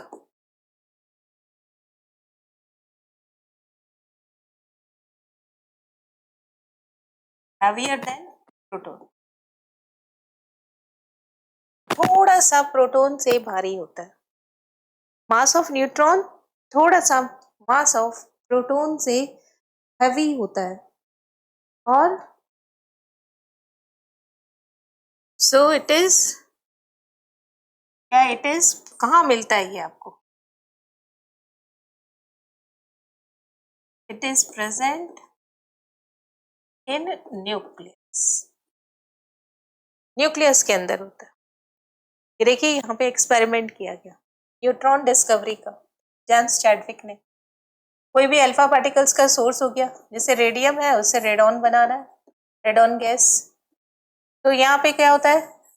न्यूट्रॉन्स की लिबरेट होते हैं, ये न्यूट्रॉन्स निकले।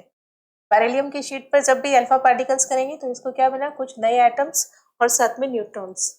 इन न्यूट्रॉन्स को किसमें से पास किया गया? पैराफिन वैक्स से, तो ये क्या बन गए? प्रोटॉन।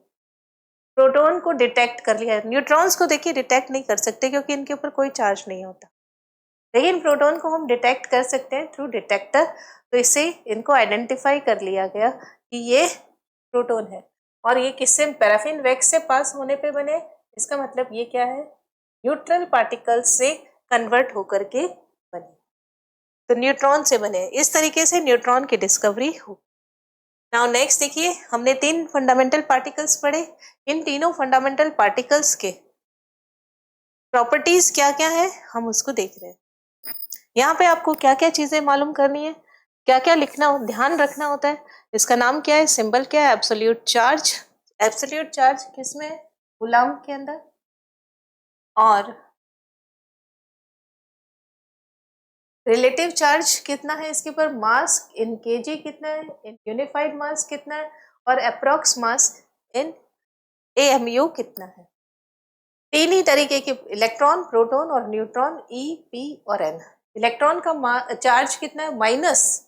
देखिए चार्ज यहाँ पे दोनों प्रोटॉन और न्यूट्रॉन का, इलेक्ट्रॉन का इक्वल होता है, तो प्रोटॉन और इलेक्ट्रॉन का चार्ज इक्वल होने की वजह से यहाँ पे आप इतना ही ध्यान रखेंगे, माइनस का 1.6 इंटू 10⁻⁻19 कूलम्ब है।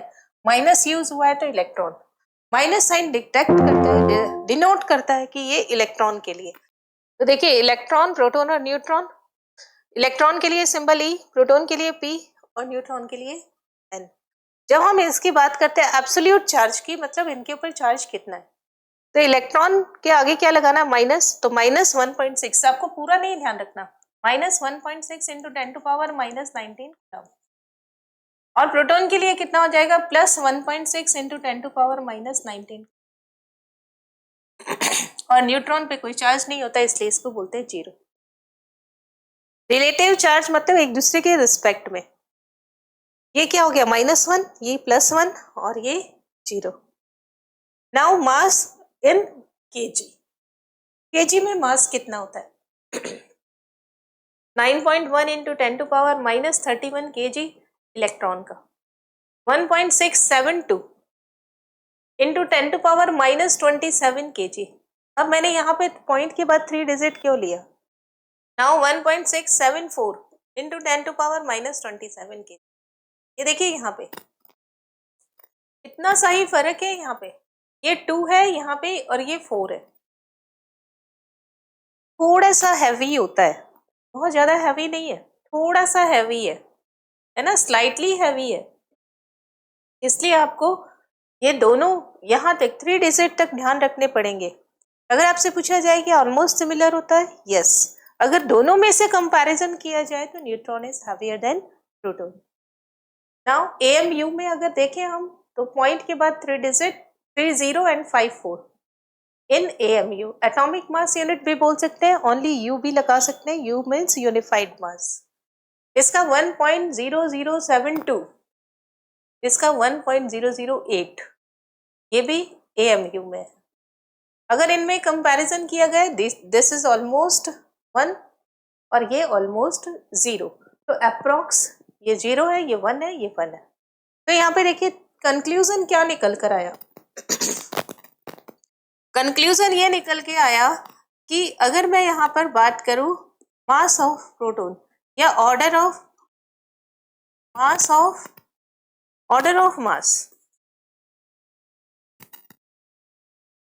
ऑफ सब एटॉमिक पार्टिकल, सब एटॉमिक पार्टिकल इनका देखिए ऑर्डर ऑफ मास ऑफ सब एटॉमिक पार्टिकल्स कितने होंगे, क्या क्या होगा।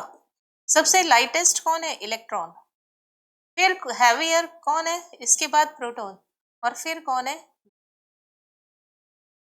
यानी लाइटेस्ट सब एटॉमिक पार्टिकल, लाइटेस्ट सब atomic particle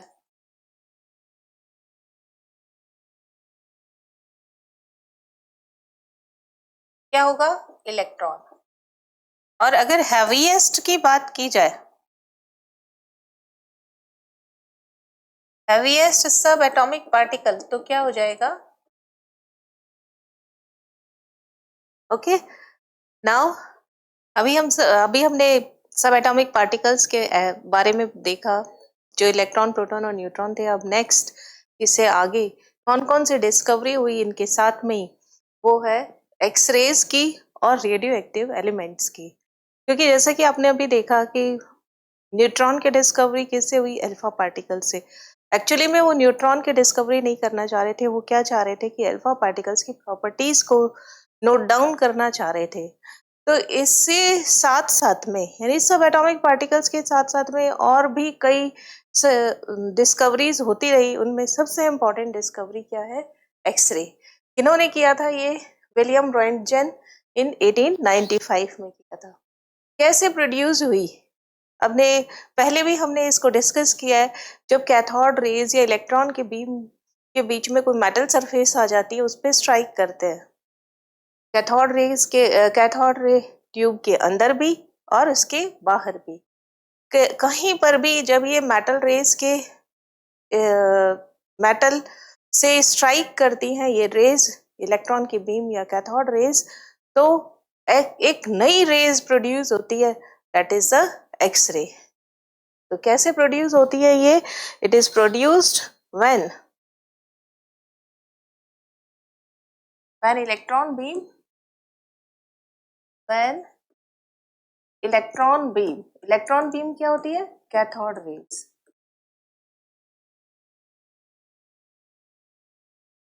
struck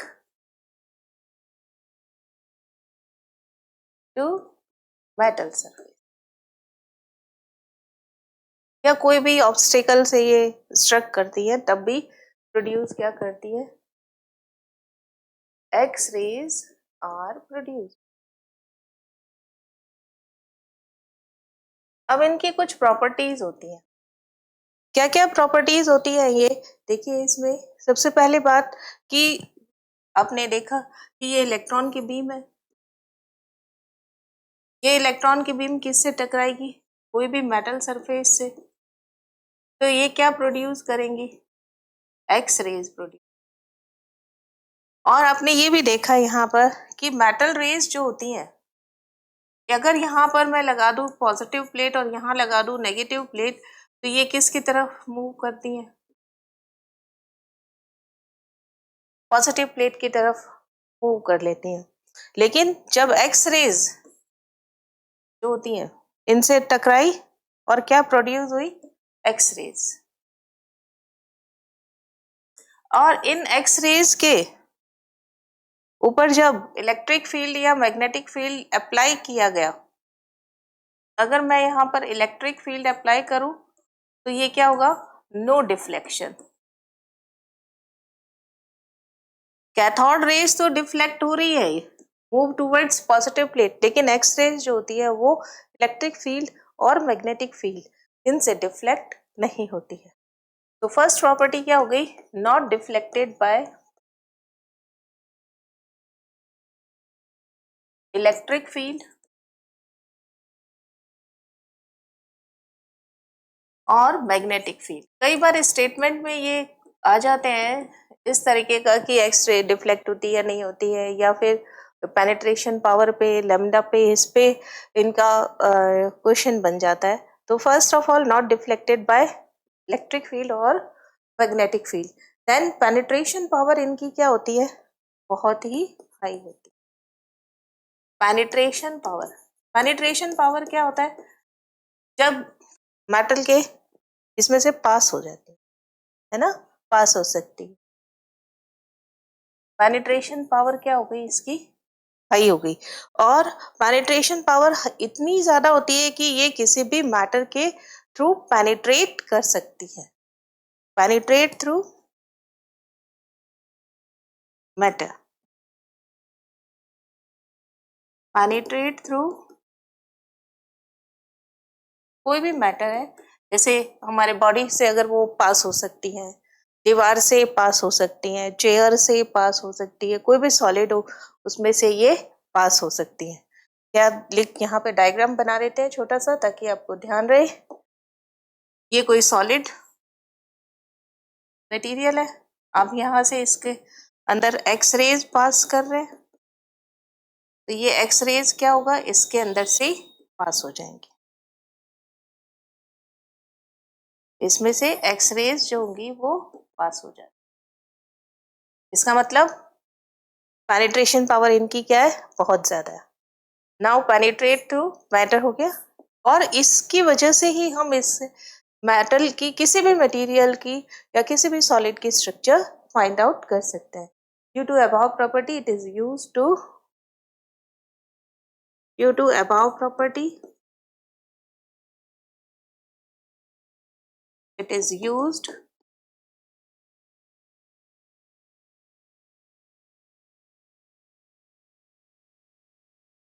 to study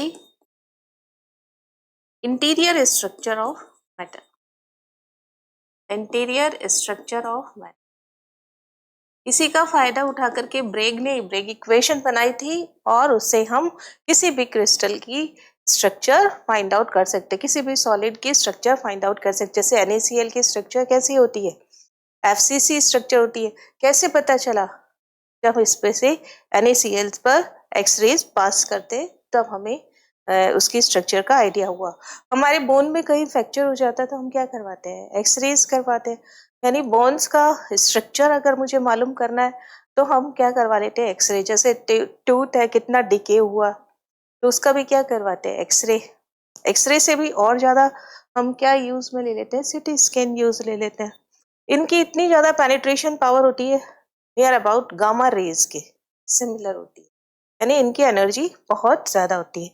सबसे लास्ट एंड इसकी लैम्डा क्या होती है, नियर अबाउट 0.1, इतनी ज्यादा इसकी, इतनी कम इसकी लैम्डा होती है। लैम्डा जितनी कम होगी एनर्जी उतनी ही ज्यादा होगी। और सबसे लास्ट में इसमें इलेक्ट्रिक फील्ड और मैग्नेटिक फील्ड यानी इलेक्ट्रोमैग्नेटिक करेक्टर होता है। It has electromagnetic character.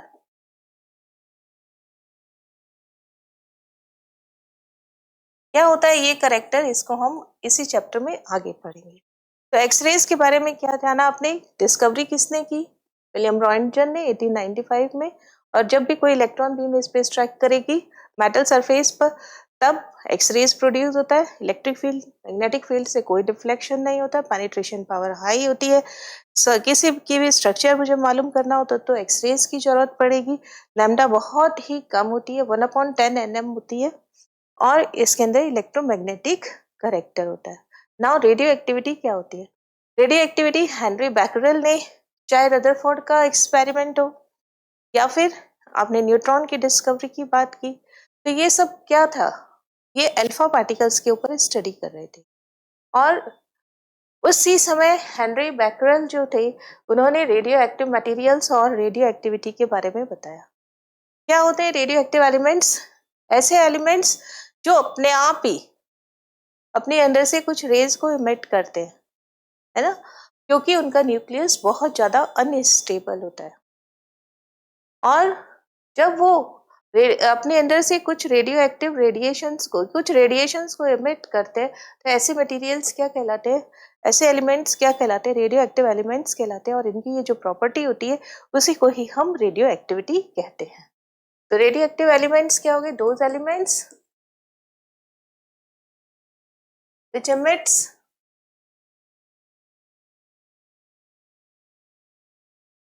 emits radiations, वो क्या करेंगे? रेडिएशंस को इमिट करते हैं on their own.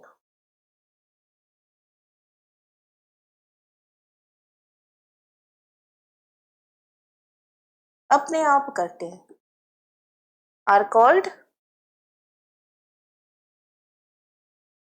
Radio active element. And this property of element, and this property is known as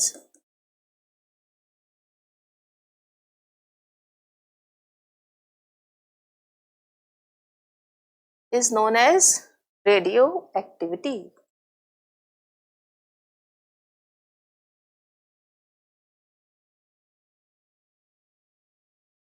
ये जो प्रॉपर्टी होती है इसी को ही हम क्या बोल देते हैं? Radio activity.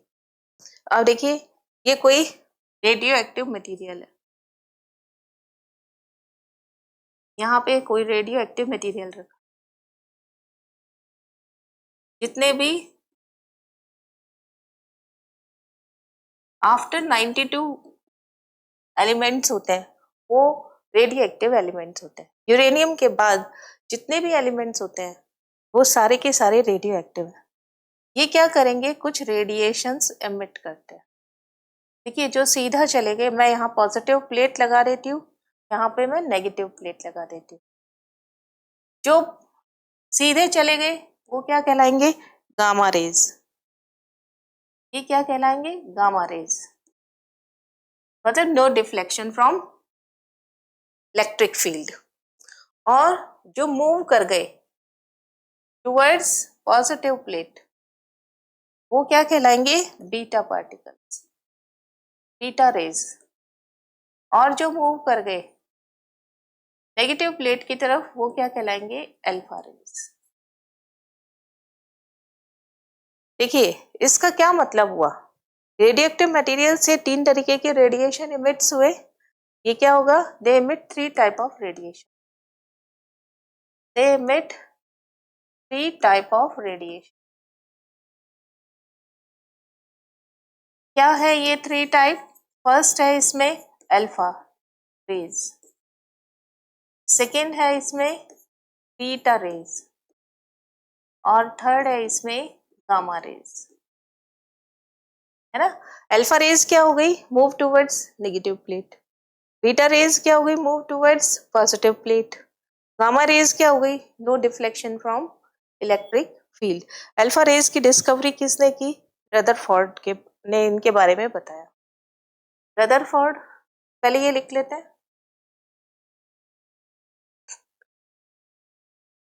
अल्फा रेज क्या होती है? अल्फा रेज पॉजिटिवली चार्ज होती है।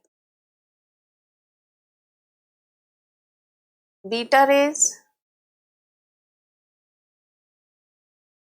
नेगेटिवली चार्ज होती है। और गामा रेज न्यूट्रल होती है। ठीक है। नाउ रदरफोर्ड फाउंड, रदरफोर्ड ने क्या देखा? Alpha particles are He+2 ions, that is mass कितना होगा इसका? 4, और चार्ज कितना होगा इस पर? +2। Beta raise, are electron, that is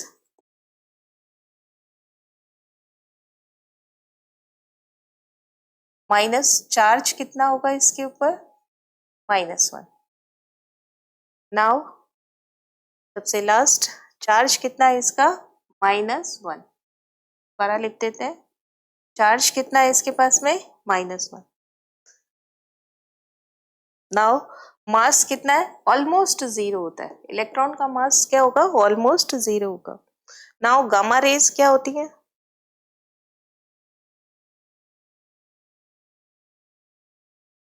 gamma rays no charge,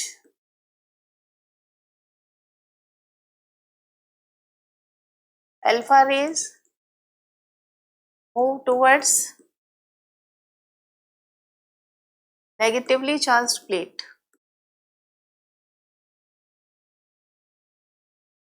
in electric field, ये अभी हमने देखा क्योंकि ये खुद कैसे है, positively charge. Beta rays move towards positively charged plate in electric field. Gamma rays no deflection in electric field. Now सबसे लास्ट पेनिट्रेशन पावर, देखो जो जितना ज्यादा हैवी होगा उसकी पेनिट्रेशन पावर भी कम होगी। इस पर मास कितना है, 0, इस पर चार्ज है, इस पर मास कितना है, 4 और चार्ज है, तो सबसे ज्यादा हैवी कौन हो गया, अल्फा, इसलिए इसकी पेनिट्रेशन पावर सबसे कम होगी। और इसके पास उससे थोड़ी सी ज्यादा होगी, यानी 100 टाइम फ्रॉम अल्फा पार्टिकल्स। और गामा रेज तो भैया बहुत ज्यादा पेनिट्रेशन पावर होती है। Order of penetration power, order of penetration power सबसे कम किसकी होगी, अल्फा पार्टिकल्स की। उसके बाद किसकी होगी, बीटा रेज की, near about almost 100 time from alpha. और सबसे ज्यादा किसकी होगी, गामा रेज की, near time 1000 times from to alpha कर लो।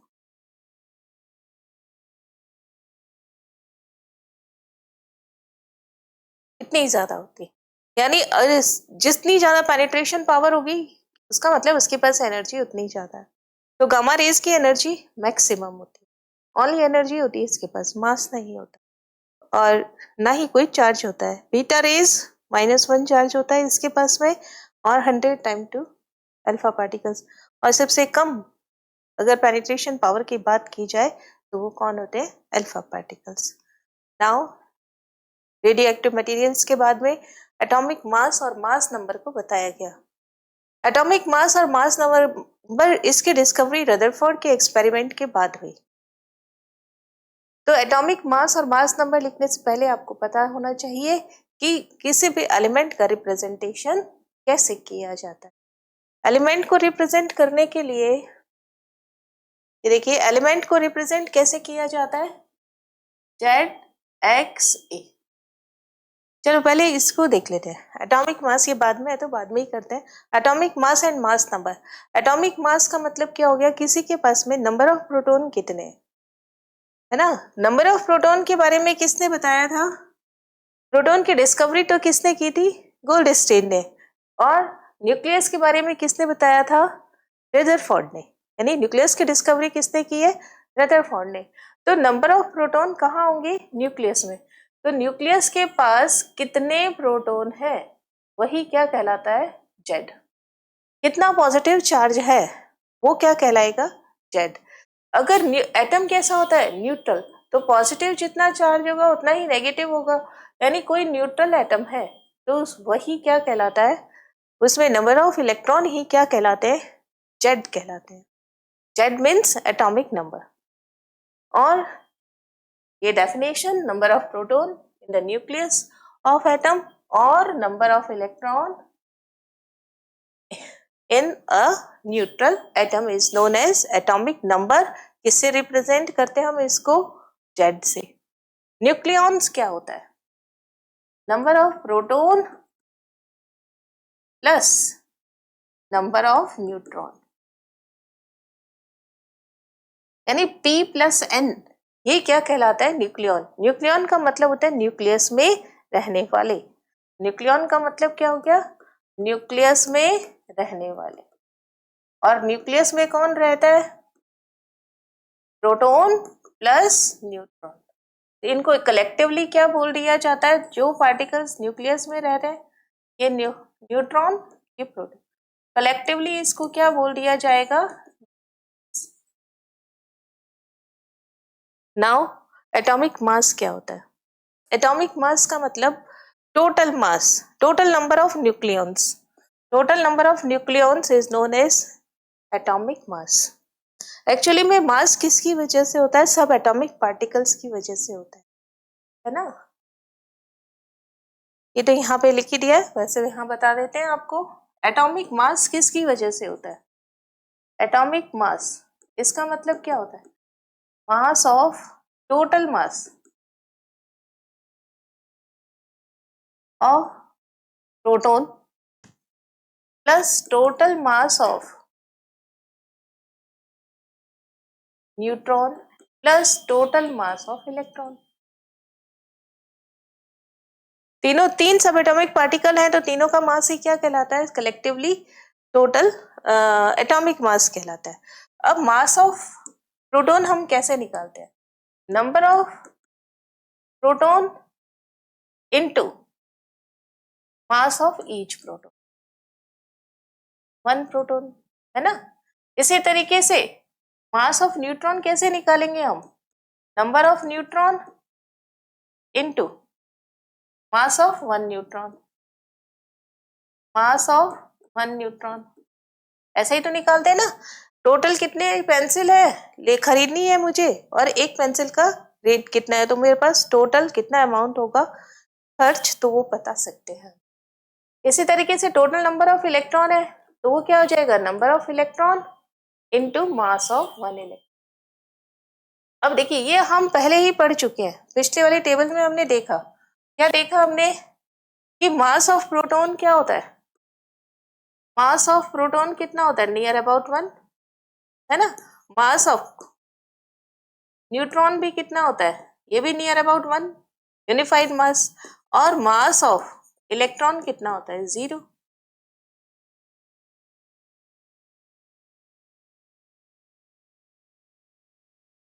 अगर मैं सारी चीजें इसमें रख दूं फॉर्मूले में, तो नंबर ऑफ प्रोटॉन हो जाएगा इंटू वन। इसमें न्यूट्रॉन का रखूं तो number of neutron into one. और ये क्या हो गया? ये 0, तो ये तो टोटल ही कितना हो गया? 0।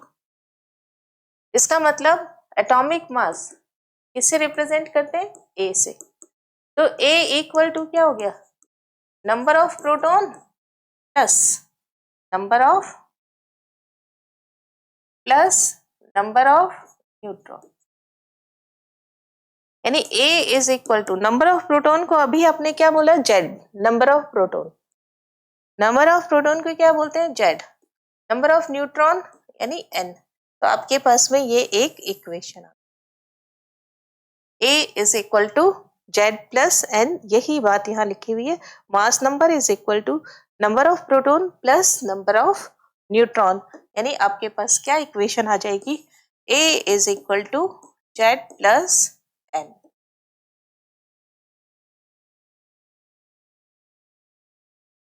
बहुत ही इंपॉर्टेंट है। इससे आगे हम कई एग्जाम्पल लेंगे तो उसमें हम जेड गिवन होगा तो ए और एन फाइंड, ए जेड और एन गिवन होगा तो ए फाइंड आउट कर सकते हैं, ए और जेड होगा तो एन, और ए और एन होगा तो जेड फाइंड आउट किया जा सकता है। यदि कोई भी दो चीजें गिवन होंगी तो हम थर्ड वन कैलकुलेट कर सकते हैं। नाउ नेक्स्ट देखिए आइसोबार। आइसोबार के लिए composition of any atom can be represented by, representation आना बहुत जरूरी है। कैसे लिखते हैं? जेड एक्स ए। जेड क्या होता है यहाँ पर? जेड होता है अभी बताया एटॉमिक नंबर, है ना, नंबर ऑफ प्रोटॉन। ए क्या हो गया एटॉमिक मास, और एक्स क्या है यहाँ पर एलिमेंट, कोई भी एलिमेंट हो। और एटॉमिक नंबर कैसे होता है, जो इसका नंबर है, जिस जिस पोजीशन पर वो पीरियोडिक टेबल में आता है वही उसका क्या होता है एटॉमिक नंबर होता है। तो देखिए इसमें क्या होगा, जेड क्या हो गया एटॉमिक नंबर, ए क्या हो गया एटॉमिक मास, एक्स क्या हो गया एलिमेंट।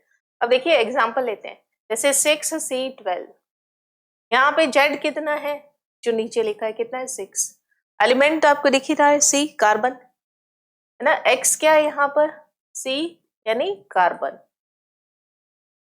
और ए कितना हो गया इसका 12। ए की वैल्यू किसके इक्वल आएगी, जेड प्लस एन के इक्वल आएगी। ए इज इक्वल टू क्या हो गया जेड प्लस एन, यानी ये मेरे पास 12 है, ये मेरे पास 6 है, तो एन कितना हो जाएगा 12 माइनस 6 यानी 6। इस तरीके से मेरे को इस फॉर्मूले से, इस रिप्रेजेंटेशन से ए और जेड अगर मालूम हो तो दोनों में से, दोनों को माइनस करने से, ए माइनस जेड करने से मुझे number of neutron find out हो जाएगा। इसी तरीके से एक और एग्जांपल देखिए 7 and 14, यहाँ पर देखो ए कितना है 14, जेड कितना है यहाँ पर 7, एक्स क्या है यहाँ पर नाइट्रोजन, एलिमेंट क्या है यहाँ पर नाइट्रोजन एन, और A इज इक्वल टू क्या होता है जेड प्लस एन, यानी 14 is equal to 17 plus N, N is equal to 14 minus 7 equal to 7। तो इस तरीके से कोई भी दो चीजें आपको गिवन हो या एलिमेंट का रिप्रेजेंटेशन गिवन हो तो आप उसे number of neutron find out कर सकते हैं ए माइनस जेड करके। इसके बाद दो टर्म्स की डिस्कवरी हुई, फर्स्ट टर्म है आइसोबार और सेकंड टर्म है इसमें आइसोटोप। आपको दो चीजें यहाँ पर दिखाई दे रही है, एक तो दिखाई दे रहा है 12 यानी एक दिखाई देगा आपको ए और दूसरा दिखाई देगा यहाँ पर जेड। जब इफ टू एलिमेंट्स या टू स्पीसीज हैव, कोई भी दो स्पीसीज जो हैं उनमें ए की वैल्यू क्या हो, उनमें जेड क्या हो सेम, वो तो आइसोटोप हो जाएगा, आइसोबार की बात कर रहे हैं, जेड क्या हो इसमें डिफरेंट, और ए क्या हो सेम, तो आप उसे क्या बोल देंगे, कोई भी टू स्पीसीज है उनमें जेड क्या होना चाहिए डिफरेंट और ए की वैल्यू क्या होनी चाहिए सेम। यानी ये टोप, ये जो 12 है या 14 है, ऐसे कोई दो एलिमेंट्स जिसमें ये दोनों सेम हो और जेड की वैल्यू डिफरेंट हो तो ये क्या कहलाते हैं isobar. The species are isobar to each other, एक दूसरे के क्या होते हैं आइसोबार। इसके लिए आपको कम से कम दो एलिमेंट्स का होना या दो स्पीसीज का होना बहुत जरूरी। एग्जाम्पल देखिए, अभी लिखा मैंने 7 and 14, 6C14, ये 6C12 और 6C14 एक दूसरे के क्या होते हैं आइसोटोप। अगेन अगर मैं इनके जेड की बात करूं या ए की बात करूं तो ए दोनों में क्या 14 14, और अगर मैं यहाँ जेड की बात करूं तो इसका 7 है इसका 6 है, तो जेड क्या हो गई डिफरेंट और ए क्या हो गया सेम, तो ये दोनों एक दूसरे के क्या हो गए आइसोबार, एक दूसरे के क्या कहलाते हैं आइसोबार कहलाएंगे। नाउ नेक्स्ट देखिए आइसोटोप क्या होते हैं, इसका उल्टा करना है। इसका उल्टा मीन्स आपको जेड सेम रखना है और ए को डिफरेंट करना है, तो वो एक दूसरे के क्या होंगे आइसोबार। डेफिनेशन लिखे, if two species has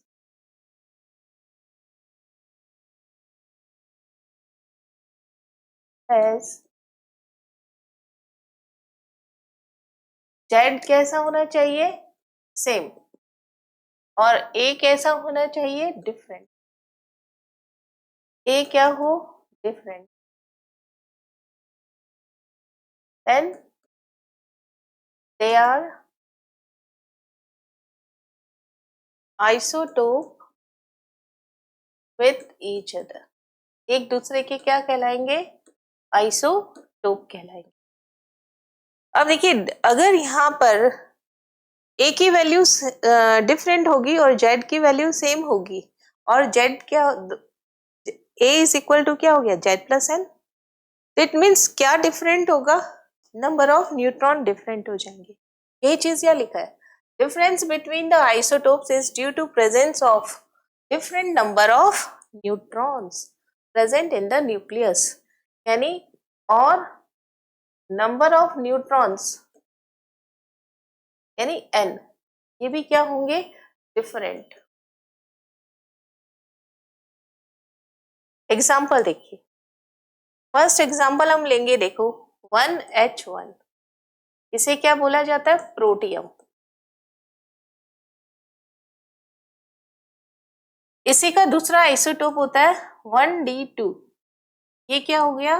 deuterium. और एक होता है 1T3, ये क्या हो गया? ट्राइटियम। ये तीनों एक दूसरे के क्या होंगे? आइसोटोप्स होंगे, जिसमें प्रोटियम यही मिलता है 99.9%, 0.015% ड्यूटीरियम आपको नेचर में मिलेगा, और ट्राइटियम रेडियो एक्टिव होता है और बहुत ही लेस अमाउंट में होता है। अमाउंट देखिए इनका कितना होता है in nature, amount in nature ये कितना हो गया? 99.9%। ये कितना हो गया? 0.015%। तो ये तो बहुत ही कम होता है। कितना हो गया? 0.1 के करीब होगा, 0.1।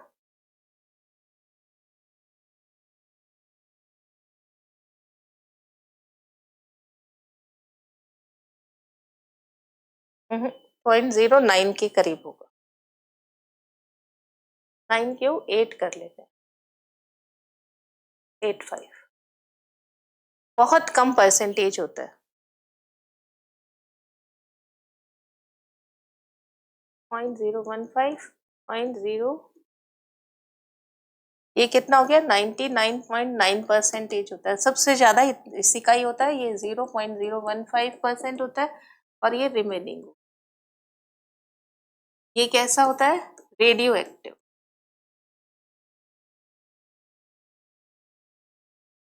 अब देखिए यहाँ पर इसका जेड कितना है और इसका जेड कितना है, ए कितना है और एन क्या है। जेड क्या होता है? 1, ए कितना है? 1, और एन क्या हो गया? ए माइनस जेड यानी 1 माइनस 1 यानी 0। इसके पास नंबर ऑफ न्यूट्रॉन कितने हो गए? 0। यहाँ पर देखिए जेड कितना है? 1, ए कितना है? 2, एन कितना हो जाएगा यहाँ पर? ए माइनस जेड यानी 2 माइनस 1 यानी।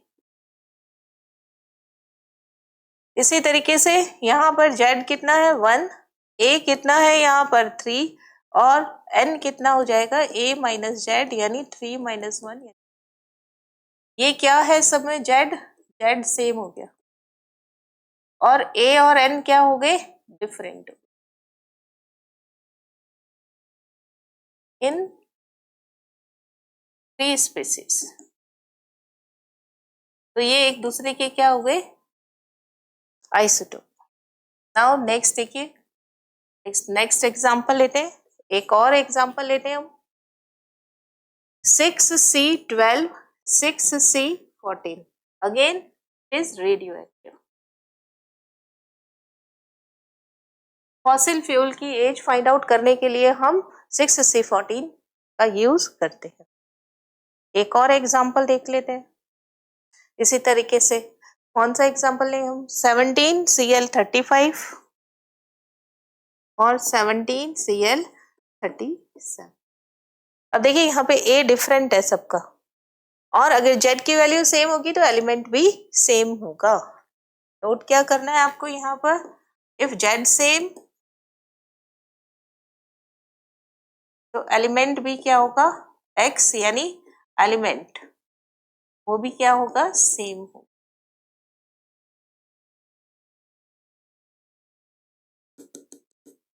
इसलिए सी लिखा है मैंने, Cl लिखा है, ये तो इनका नाम ही इसी तरीके से दिया गया तो हम इनको इस तरीके से डिनोट करते हैं। नाउ सबसे इंपॉर्टेंट बात, chemical properties of atoms are controlled by number of electrons which are determined by the number of protons in the nucleus। कोई भी केमिकल प्रॉपर्टीज हम करते हैं, यानी केमिकल रिएक्शन जब हम करवाया जाता है, तब आप सिर्फ क्या होता है, इलेक्ट्रॉन्स का लेना या देना करते हैं, कभी भी प्रोटॉन या न्यूट्रॉन का एक्सचेंज नहीं कराते हैं। जितनी भी ऑर्गेनिक केमिस्ट्री में आप रिएक्शन पढ़ोगे या फिर इनऑर्गेनिक केमिस्ट्री में आप रिएक्शन पढ़ेंगे, न्यूक्लियर केमिस्ट्री को छोड़ दीजिए, बाकी जितनी भी केमिकल रिएक्शंस होंगी वो सारी की सारी क्या होंगी, इलेक्ट्रॉन गवर्न होती है। मीन्स इसमें इलेक्ट्रॉन का एक्सचेंज होता है, और इलेक्ट्रॉन हम कैसे फाइंड आउट करते हैं, नंबर ऑफ प्रोटॉन्स से। Now number of neutron present in the nucleus have very little effect on the chemical properties of elements. Neutron से केमिकल प्रॉपर्टीज पर कोई असर नहीं पड़ता। Therefore, all the isotopes of a given element show same chemical behavior। यानी elements का chemical behaviour क्या होगा, सेम। कौन से एलिमेंट्स का, आइसोटोप्स के एलिमेंट्स का। यहाँ पर इनका यूज जो जैसे रेडियो एक्टिव है, हमने क्या बताया, it is radio active, it is radio active. तो रेडियो एक्टिव केमिकल नेचर नहीं है, ये इसकी फिजिकल प्रॉपर्टी है। तो फिजिकल प्रॉपर्टी को तो डिटरमाइन करता है नंबर ऑफ न्यूट्रॉन, लेकिन केमिकल प्रॉपर्टीज पर कोई इफेक्ट। तो आज के सेशन में हमने देखा सब एटॉमिक पार्टिकल्स की डिस्कवरी के बारे में, एक्सरेज के साथ कैसे डिस्कवरी हुई, रेडियो एक्टिव एलिमेंट्स की डिस्कवरी कैसे हुई, और वो कितने तरीके की रेज इमिट करती है, उनका नेचर कैसा होता है, आइसोटोप्स और आइसोपार्स के बारे में जाना। नेक्स्ट सेशन में हम एटॉमिक मॉडल्स के बारे में पढ़ेंगे डिटेल से। और आज के सेशन में इतना ही। Thank you so much.